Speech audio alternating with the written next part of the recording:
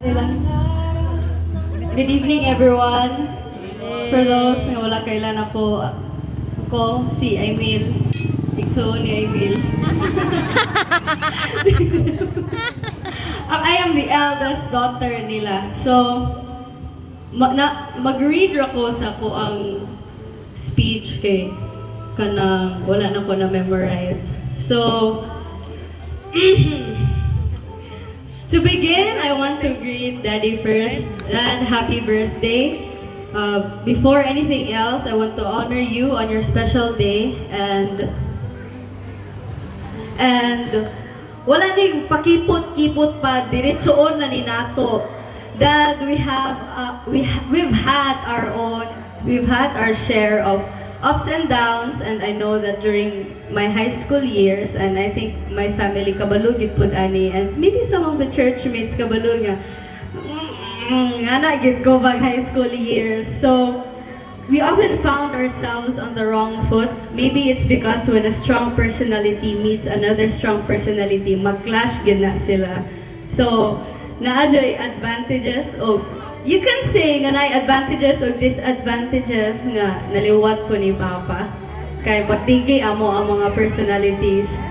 So dili gyud kalimot nga liwat ko niya kay mga isupan mi. Dili man mi kanang si Mama maratol kaming duha kay manong sa man ka. Nga narami niya hatod sa puton naming duha kay nganong naratol na ang isa. And then Dad, I want you to know that I have grown. I see things differently now. I understand the sacrifices you had to make, even the moments when you needed to be away. I know those weren't easy. Easy choices,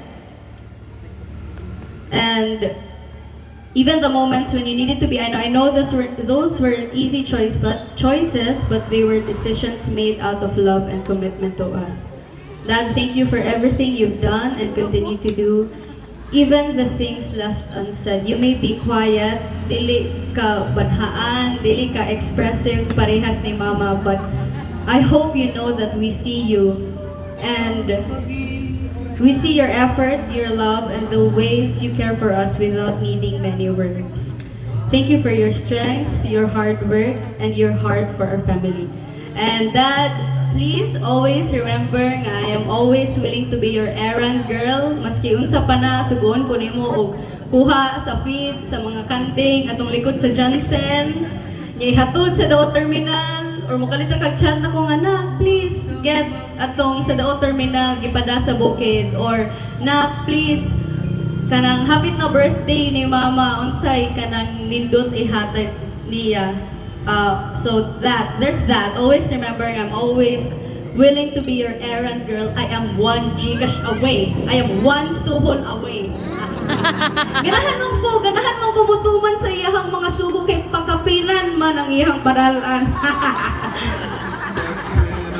So, ako nga, na yung mga panahon nga, gipit na talaga. Mga na, dyan ko ni Mama nga, di na papalit og feed sa kanding si Papa.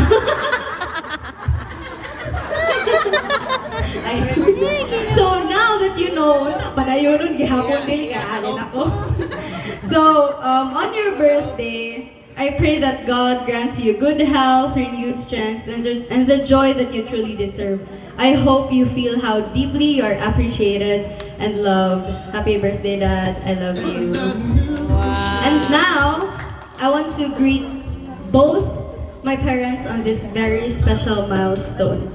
So, Ma, Dad, happy 25th anniversary.